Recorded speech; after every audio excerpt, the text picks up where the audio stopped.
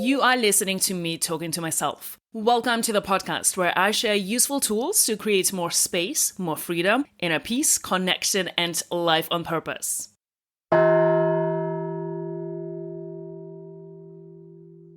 If you're listening and you haven't already, I would really appreciate it if you would go over to Spotify or Apple Podcasts and give me a review. That would be amazing. What is the difference between victim mentality and vulnerability? Most of us don't choose victim mentality consciously, and most of the time it feels justified. One of the things that's really important to remember is that when we identify as a victim, we are losing all of our power, and it really affects the way that we live our life. The main way that victim mentality shows up is with blame. And mostly we don't see it as blame, but we see it as just an explanation as to why it is someone else's fault. Looking at other people and giving them all the power for how we feel is the victim mentality. It's completely abdicating responsibility for how we feel. Think about that for a minute. Is there someone in your life that you think is the cause of your struggle? Is there someone in your life that you feel is really causing you a lot of discomfort? Now, what's your thought when I ask you that question? If you felt defensive, if you felt like, but she doesn't know my life. My case is very different. If you felt like you needed to maybe explain, then you may be in the victim mentality. It comes with defensiveness. Byron Katie says, defense is the first act of war. If you feel like you need to defend against other people, you're probably in the victim mentality. You need to defend yourself. And blame is really the main characteristic. The other thing is, when we have the victim mentality, we want to hide. We don't want to put ourselves out there. If we feel like we are being victimized, we don't want to put ourselves out there and have someone attack us. The victim mentality is not a sign of weakness. It's a belief pattern that we've established in our brain that affects our life. But it does not mean that we aren't intelligent, we are not capable, amazing people, and it certainly does not mean that we are not strong, and that we cannot change it. And as always, awareness is the first step to change. If you have the victim mentality, you will catch yourself complaining a lot. And we all do it sometimes.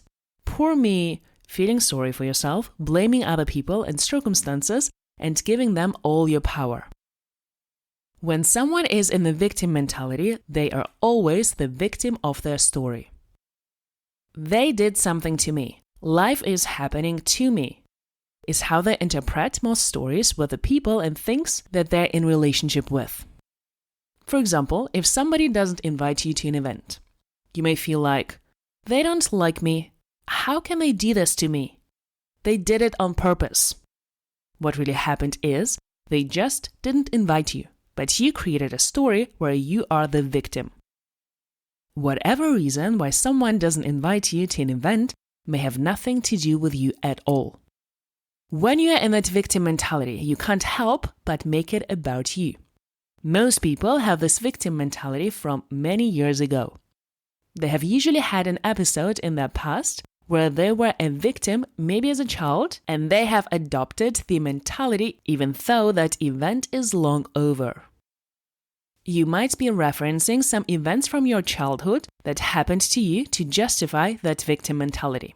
And maybe it is true. Those events happened. And just being aware that those events are over and you no longer need to identify with what happened in the past is very good news. So a lot of the victim mentality has its roots in the past. Therefore, we are looking into the past to find evidence for why it's justified that we are feeling this way. Even though we could get a lot of people to agree with us that it's true, and even though it's justified, we are still the victim, which does not serve us in our life. We can find all possible reasons why it's okay for us to feel this way, and still, we are the victim of our own story. The problem with being the victim is that we give all of our power to that person or circumstance outside of us. And we cannot control and change that person or circumstance outside of us. We experience emotions of fear, helplessness, anger, and disempowerment. And oftentimes, that person who we have identified as our offender doesn't even know that. And yet, we have created this relationship where they are now in charge of how we feel. We say things like, "It hurts. How can you do this to me?" When we think about that person that we have identified as our offender, we would never delegate our emotional life to that person. And yet, that's exactly what happens. And never would we consciously choose to be the victim in any situation. And yet, that's exactly what we are doing. For example, you send a message to a friend or someone you know, and this person does not reply for a couple of days. We could immediately go into this place of feeling hurt and projecting hate and frustration and anger onto this person. We can complain about how rude he is, feeling sorry for ourselves and blaming someone else. That is the victim mentality. It might be justified. We can say, "Good friends should reply within a day," or "should come back immediately. He is not prioritizing me, I'm not as important, and maybe there was something wrong with my message." And that all might be true. And still, I am the victim. And I cause those feelings of anger and frustration to myself with a story I have created. Alternatively, I could think that it has nothing to do with me. And I'm not going to give this person control of how I feel emotionally. I get to decide how I want to feel about what happens and about that person. So I choose not to go into the victim mentality because I choose not to give my power away to that person. And in fact, I don't even really want to be angry or upset because it doesn't serve the situation. And it just makes me feel angry and upset. I try to always take responsibility for how I feel in my life, for how I feel in every moment, because I know that this is my responsibility to determine how I feel, because all of my feelings are caused by my thinking. So what does it mean? We allow everyone to treat us disrespectfully and how they want to without taking any action? It does not mean that you don't say something back. It just means that you don't say something back out of anger or out of negative emotion that you have created based on what somebody has said or done. You could say, "I hear what you're saying. It's an interesting opinion." Instead of saying, "How can you do that to me? That's super rude." That person's opinion and what that person says has everything to do with that person and nothing to do with you. In fact, when you're able to handle that situation like that, you stay in your integrity.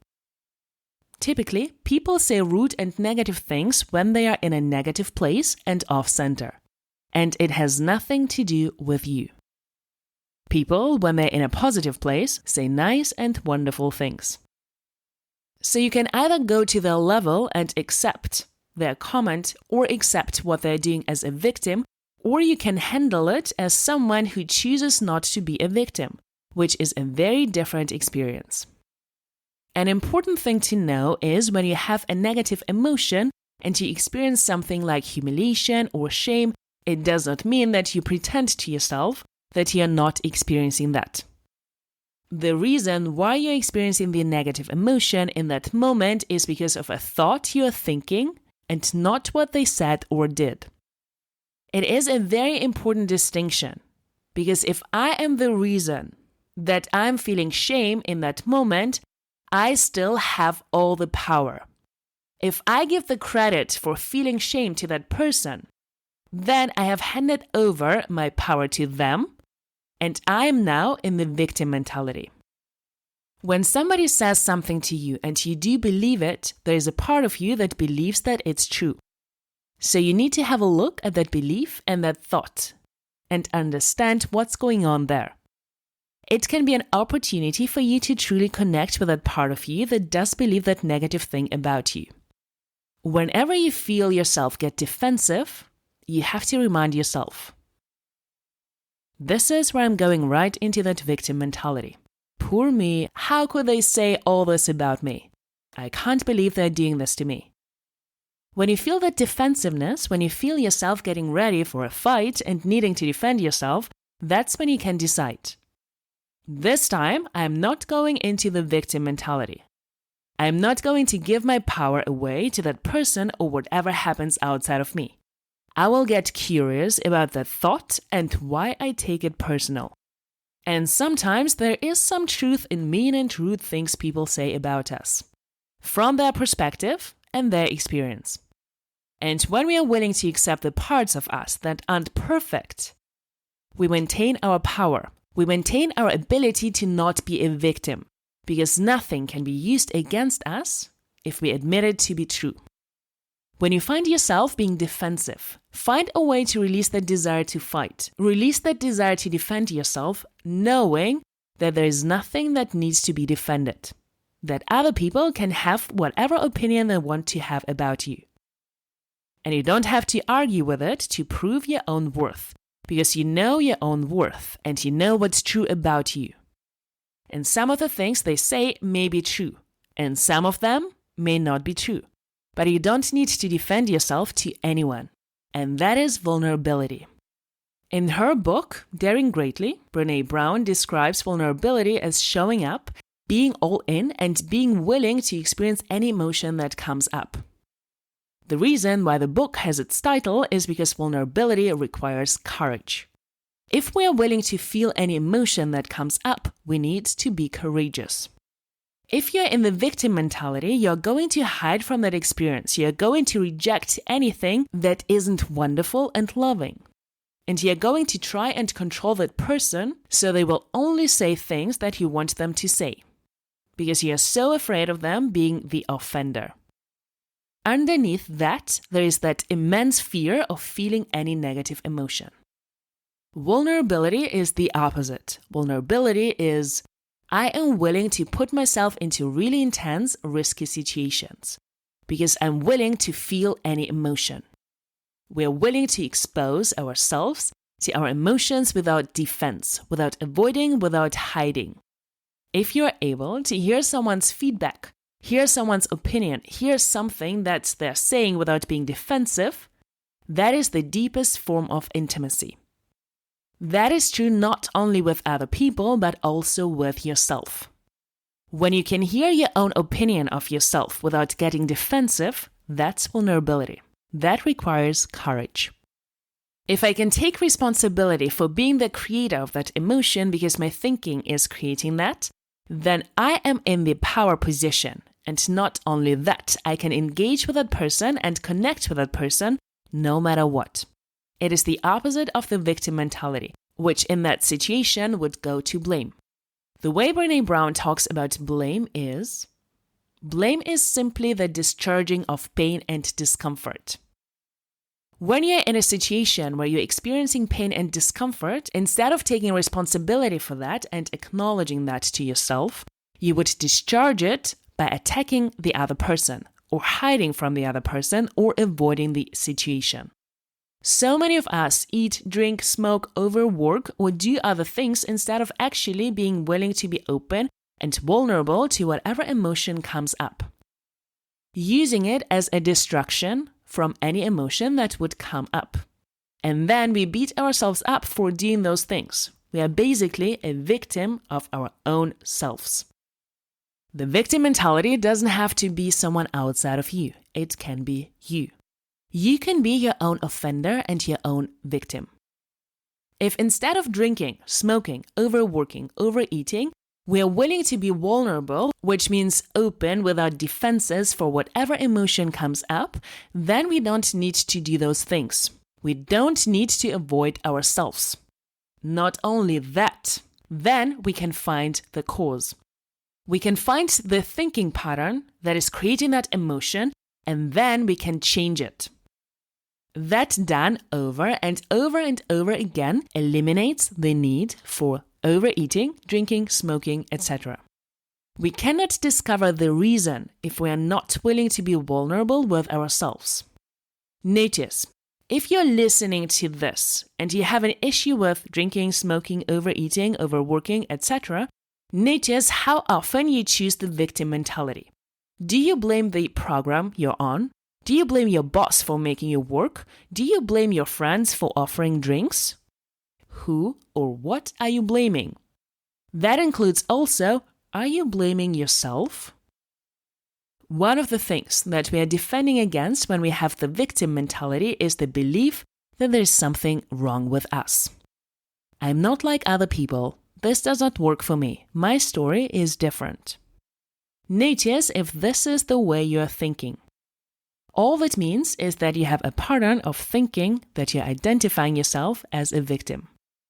Vulnerability, on the other hand, is knowing that you're enough, you're perfect exactly the way you are. When you can believe that no matter what emotion comes up, you know that it doesn't mean that there's something wrong with you. It just means you're having an emotion. That's when you can tap into vulnerability. And that is where all your strength is. Remember, if you're willing to feel an emotion, there's nothing that's too scary to do. Because the reason why something is scary is because you don't want to feel fear. If you're willing to feel the fear, if you're willing to hear the feedback, because you're willing to feel any emotion that comes up from that, that is where your power lies. That is your strength. Ask yourself, who am I blaming for how I feel? When I feel anger, who am I blaming? When I feel sadness, who am I blaming? When I feel rejected, who am I blaming? Am I blaming myself? Am I blaming other people? Or am I being vulnerable and open and willing to feel whatever comes up? Can I take 100% of the responsibility for how I feel? And when we do that, this is the most vulnerable we can be with ourselves. That's where we can find the deepest connection with not just ourselves, but with the part of us that is much bigger than ourselves. And that is the magic of vulnerability.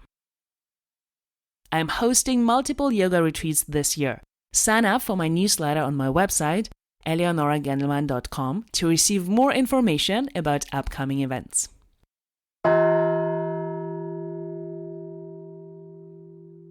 Thank you for being curious. If you enjoyed listening, rate, review, subscribe, share, and join the conversation. Do not miss out on yourself, your power, and what is possible for you.